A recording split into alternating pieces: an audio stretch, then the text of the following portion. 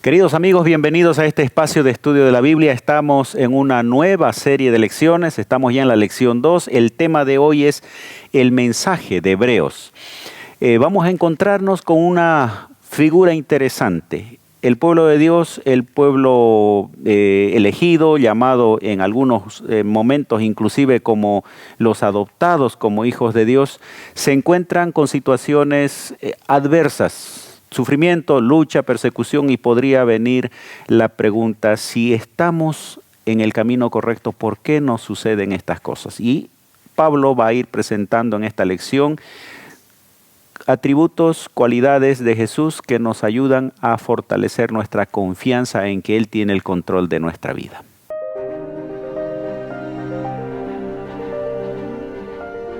Axiomas, más allá de la evidencia.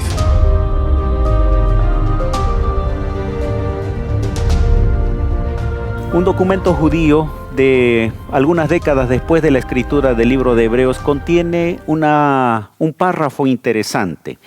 Dice: todo esto ha hablado delante de ti, oh Señor, porque dijiste que fue por nosotros que creaste este mundo, y ahora, oh Señor, he aquí estas naciones que son consideradas como nada nos dominan y nos devoran.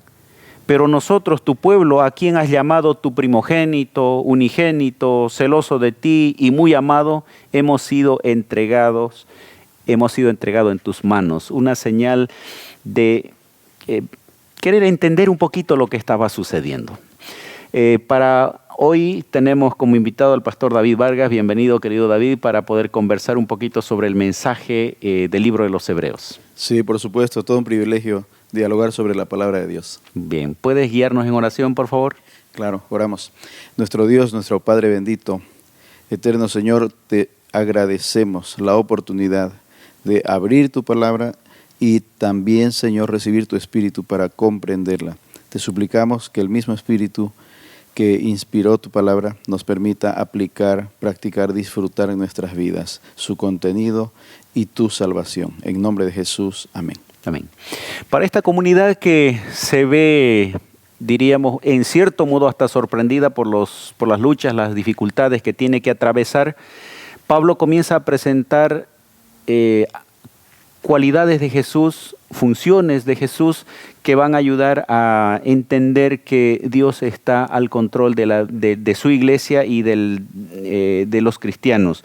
Leo el capítulo 8, versículo 1 y queremos que nos ayudes a ir entendiendo, David. Ahora bien, el punto principal de lo que venimos diciendo es que tenemos tal sumo sacerdote, el cual se sentó a la diestra del trono de la majestad de los cielos. Aquí se presentan dos elementos. Uno, el tema del trono relacionado al rey, y luego el sacerdocio relacionado a Jesús como intercesor. ¿Por dónde empezamos? Bueno, la función mayor, el rey, Jesús asumiendo la realeza. Por supuesto, no que la asuma recién, sino que es el enfoque en función de tiempos, que después de la resurrección el Señor es entronizado, ¿verdad? Y asume la función de rey, el soberano del universo, y ahora con una función especial también como sumo sacerdote que el estudio de esta lección va a mencionar más adelante. El concepto de rey era bastante conocido en esa época, era muy fácilmente entendido inclusive para que el pueblo pudiera asociar ahora con la imagen que estaba presentándose de Jesús. ¿Cuáles son los atributos de un rey que le ayudarían al cristiano a decir, bueno, si Jesús como rey va a estar a mi lado, puedo estar seguro, confiado de que tengo protección? Bueno, los reyes en la figura que el Señor decide usar y muy fácil de comprender para el tiempo en que se entrega el texto de Hebreos, tenía la potestad de determinar en asuntos de justicia, potestad de hacer definición, incluso en cuanto a la vida de una persona. Puede una persona depender de la decisión del rey totalmente, ¿verdad? El rey podía tomar decisiones o determinaciones en relación a la nación, en relación a una familia, la propiedad de las personas. Entonces, realmente el Señor decidió asumir o mostrar una figura muy conocida y valía la pena, convenía para cualquier persona, para cualquier ciudadano, tener el favor del rey. El favor del rey, tener al rey a favor, era lo mejor que le puede pasar a alguien. Y en este caso se trata del rey del universo. Yo estaba pensando, gracias por fortalecer este otro concepto, estaba pensando en el otro aspecto real, cuando se entiende de que el rey es el que va adelante en las batallas, el rey es el que protege a su pueblo, el rey es el que inclusive provee para que su pueblo esté bien, y a veces nos quedamos nosotros con una imagen solamente de esto. En algún momento le pasó al grupo que seguía a Jesús, vieron que Jesús hizo un milagro, dijeron queremos que sea el rey, pensando más en el beneficio. Claro, él se va a encargar de todo. Lo que acabas de decir también implica, al reconocer el reinado de Jesús, que también tengo que someterme, tengo que estar dispuesto a obedecer y hasta le pertenezco a Él. Cuán importante es entender esos dos aspectos cuando se habla de Jesús como rey. Y le rey. pertenezco y me conviene, ¿no? Claro. O sea, es siempre a mi favor, siempre va a determinar cosas a mi favor, mejor que yo mismo.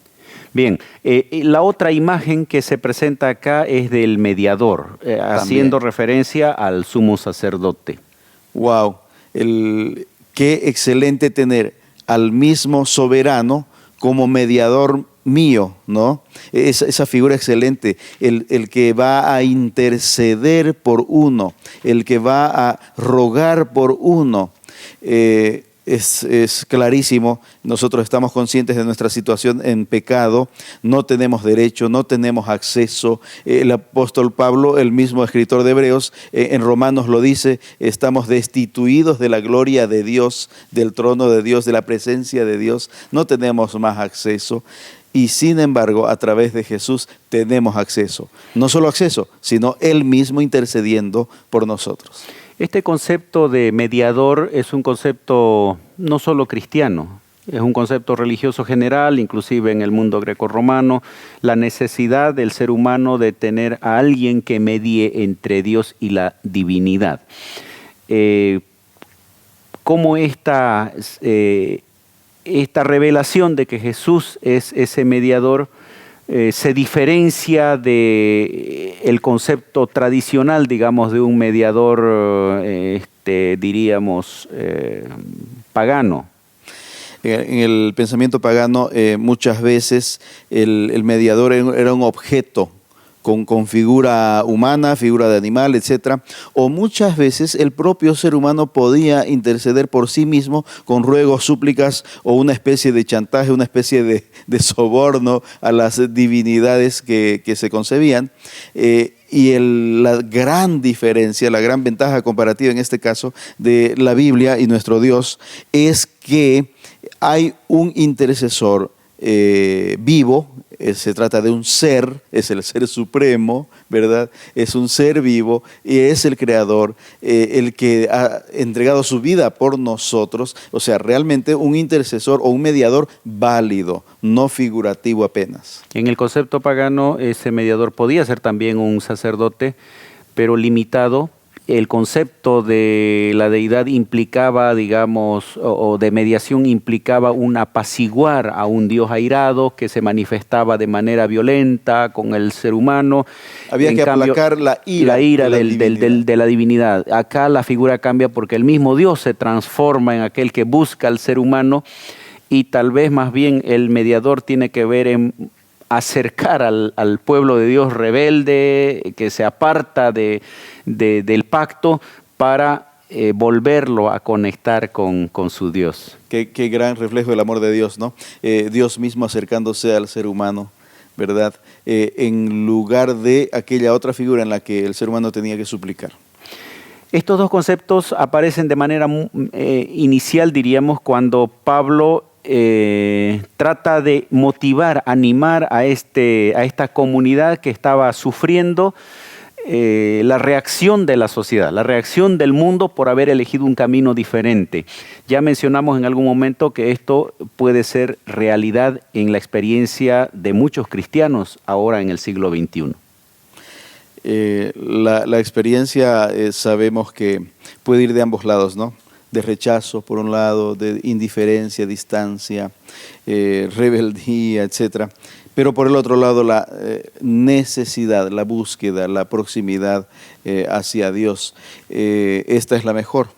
El propio Señor lo dice desde el Antiguo Testamento, ¿no? He puesto delante de ustedes la vida y la muerte. Escojan, elijan la vida. El Señor ofreciendo salvación todo el tiempo, tendiente a salvar siempre. Jesús es presentado por Pablo en principio como rey, como mediador. ¿Cómo eso te ayuda a aliviar tu angustia, tu preocupación, aún en medio de las pruebas, o cómo te ayuda a asegurar tu fe en el Señor? Vamos a ir a una breve pausa, enseguida continuamos. Ya retornamos con Axiomas.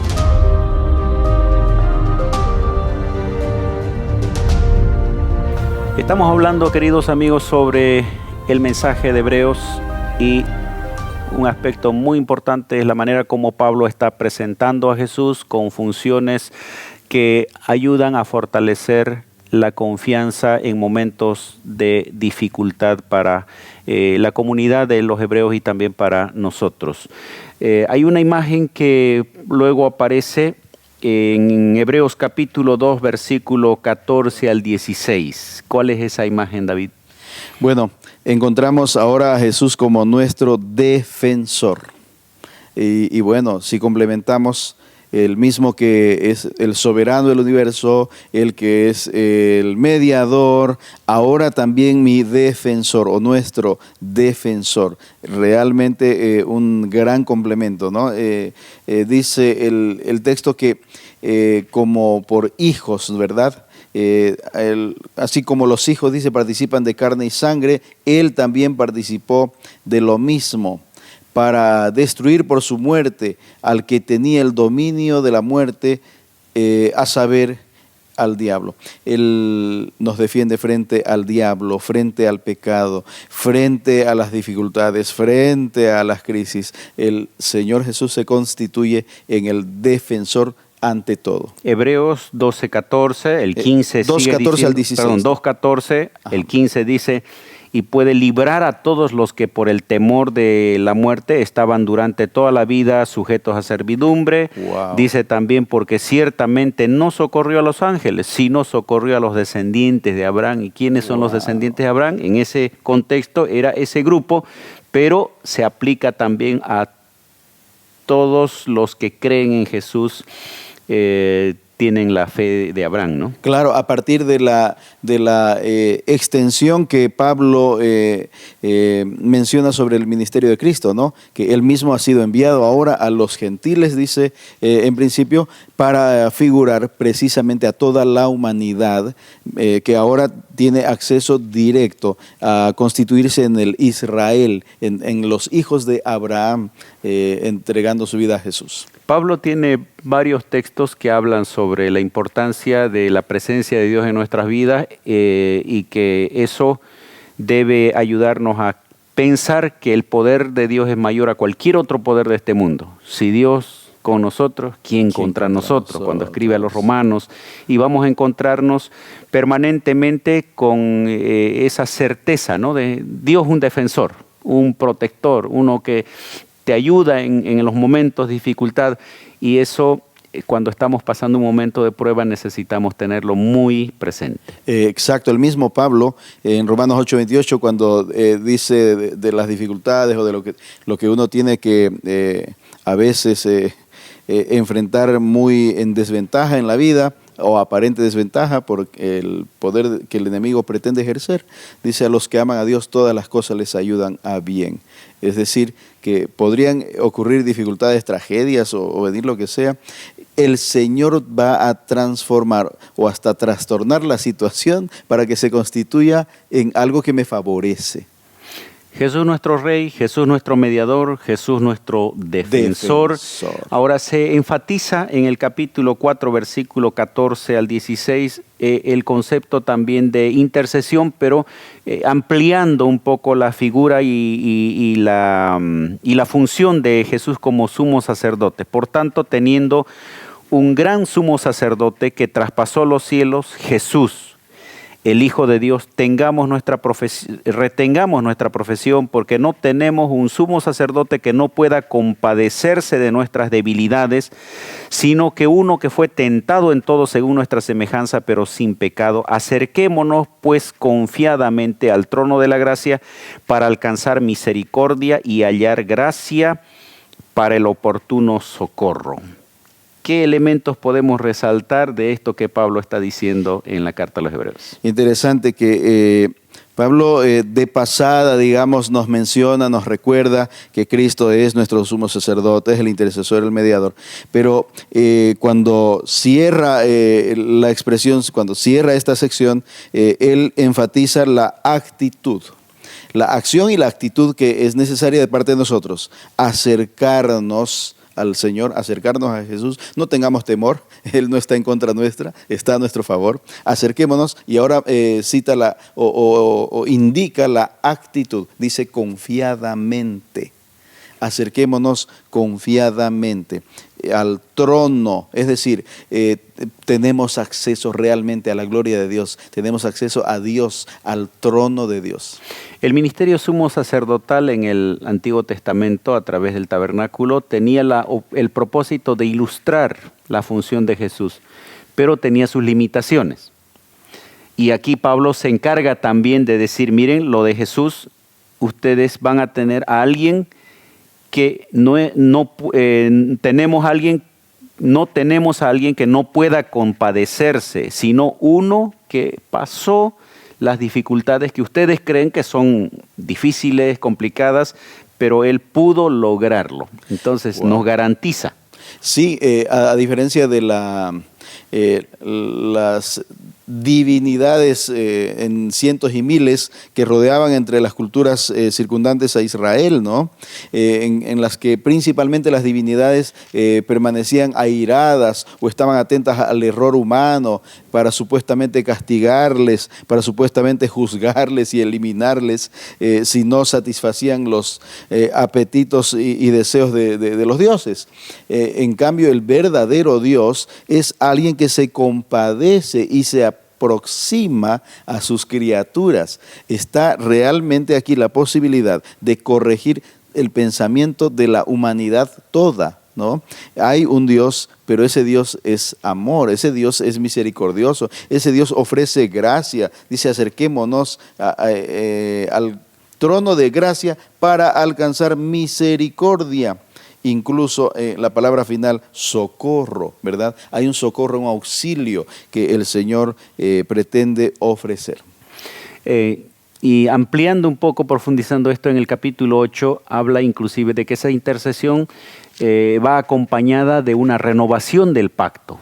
Un nuevo pacto, capítulo 8, versículo 8 en adelante, estableceré en la casa de Israel un nuevo pacto, no como el pacto de los padres. Versículo 10 dice, por lo cual este pacto haré con la casa de Israel. En aquellos días, dice el Señor, pondré mis leyes en la mente de ellos, en el corazón escribiré. Es decir, Dios no solamente haciendo la función intercesora, sino ayudándonos a nosotros para que podamos entrar en armonía con Él a través de la ley en nuestros corazones. Interesante que no está incluso en la actualidad posible ver la ley, las tablas de la ley. Qué interesante, porque el Señor afirma que ahora esa ley y ese carácter reflejado de parte de Dios es colocado en nosotros. Es decir, hay una tendencia que se puede desarrollar en el ser humano para agradar a Dios, para acercarse a Dios, para vincularse a la divinidad de manera permanente. Y entonces, incluso el apóstol Pablo en otra sección afirma que la naturaleza divina, ¿verdad?, se conecta con la humana al punto de transformarlo, desarrollarlo, potenciarlo con un propósito, no apenas hacerlo perfecto, entre comillas, desde la óptica humana mientras vivimos acá. El propósito es mayor, es llegar a la eternidad. Esta manera de presentar a Jesús de Pablo tiene el propósito de ayudarlo al cristiano a sobrellevar las dificultades. Amén. Vamos a una pausa final y volvemos para las conclusiones. Ya retornamos con Axiomas.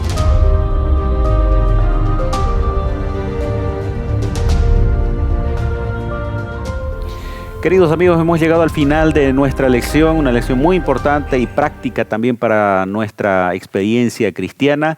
Gracias, David, por estar con nosotros. Hemos llegado ya al momento del cierre y queremos tomar unos minutitos para que puedas hacer una conclusión. Todo un privilegio aplicar el gran contenido. Tenemos a un Dios en Jesús que se constituye en el Rey, en el soberano del universo, como siempre lo ha sido, ¿verdad? Ahora mostrado después de su crucifixión y resurrección, nuestro defensor, nuestro mediador, el sumo sacerdote, el que nos recupera el acceso a la gloria del Señor. Esta certeza nos permite enfrentar en la vida lo que tenga que venir, además teniendo conciencia de que falta poco para el encuentro con Jesús. Gracias. Querido amigo, querida amiga, ese Jesús presentado en el libro de Hebreos es el mismo Jesús que está tocando la puerta de tu corazón. Yo estoy aquí a la puerta y llamo, y si alguno oye mi voz y abre la puerta, entraré a él y cenaré con él y él conmigo, como dice Apocalipsis 3:20. Que el Señor te dé esa certeza de su presencia permanente en tu vida y puedas abrirle tu corazón cada día. Axiomas. Más allá de la evidencia.